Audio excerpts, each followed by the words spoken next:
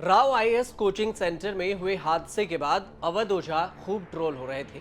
ओझा sir के नाम से फेमस अवध प्रताप ओझा वो शख्स हैं जिन्हें यूपीएससी समेत अन्य कई दूसरे एग्जाम में हिस्ट्री की तैयारी के लिए सबसे फेवरेट माना जाता है। यूट्यूबर और एजुकेटर अवध ओझा सालों से यूपीएससी की कोचिंग दे रहे हैं। अपने अनूठे अंदाज के लिए पहचाने जाने वाले ओझा सर सोशल मीडिया पर भी काफी एक्टिव हैं। यूट्यूब पर उनका चैनल है रे अवध ओझा नाम से, जिसके सैकड़ों फॉलोवर्स हैं। इस यूट्यूब को उन्होंने साल 2020 में बनाया था। अब दिल्ली में हुए बड़े हादसे के बाद सवाल उठ रहे थे कि आखिर पढ़ाई के साथ साथ जिंदगी का फलसफा समझाने वाले ये फेमस मेंटर अब हैं कहां? ये हादसे पर कुछ कहते क्यों नहीं है?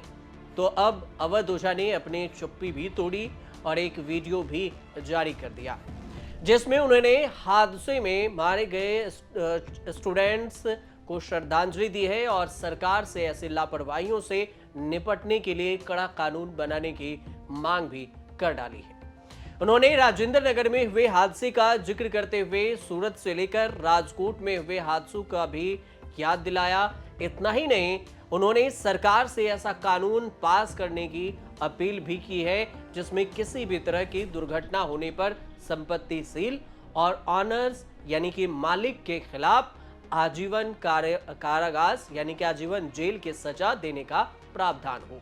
यहाँ ध्यान देने वाली बात यह भी है कि हादसे के बाद ये किसी भी फेमस टीचर की तरफ से आया पहला रिएक्शन माना जा रहा है। आपको यह भी बता दें कि अवध ओझा वो शख्स हैं जो खुद यूपीएससी मेंस क्लियर नहीं कर पाए, लेकिन दूसरे के सपने पूरे करने में मदद करते हैं।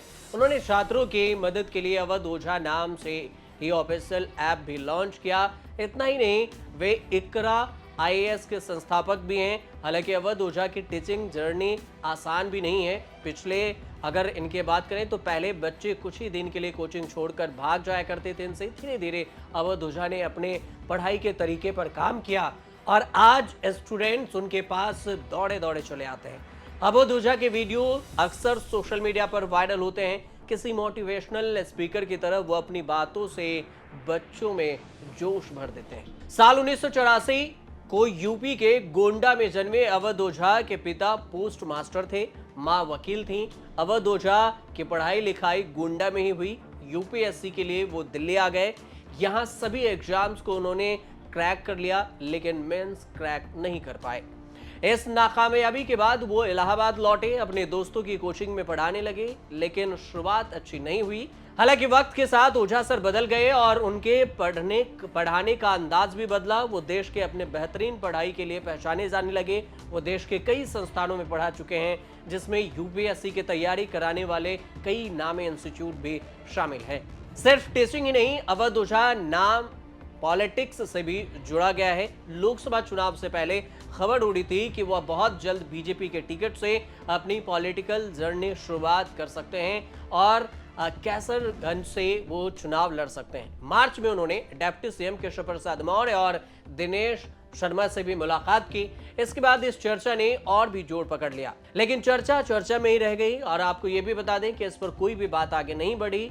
और संपत्ति की बात करें तो करोड़ों की संपत्ति वो ओझा के पास है और इस वजह से उनकी चर्चा भी रहती है कि वो मोटिवेशनल स्पीकर भी हैं, ट्यूटर भी हैं और यूपीएससी की पढ़ाई में छात्रों को अच्छे से हिस्ट्री के ज्ञान भी देते हैं। लेकिन यही ओल्ड राजेंद्र नगर की घटना जब हुई तो उन्होंने एक शब्द भी पहले नहीं बोला। जब सोशल मीडिया पर ट्रोल होने लगे, उसके बाद उन्होंने अब इस पर बाकायदा वीडियो बनाकर सफाई दी है, जिसकी खूब चर्चा भी हो रही है। फिलहाल आप देखते रहिए न्यूज़ तक।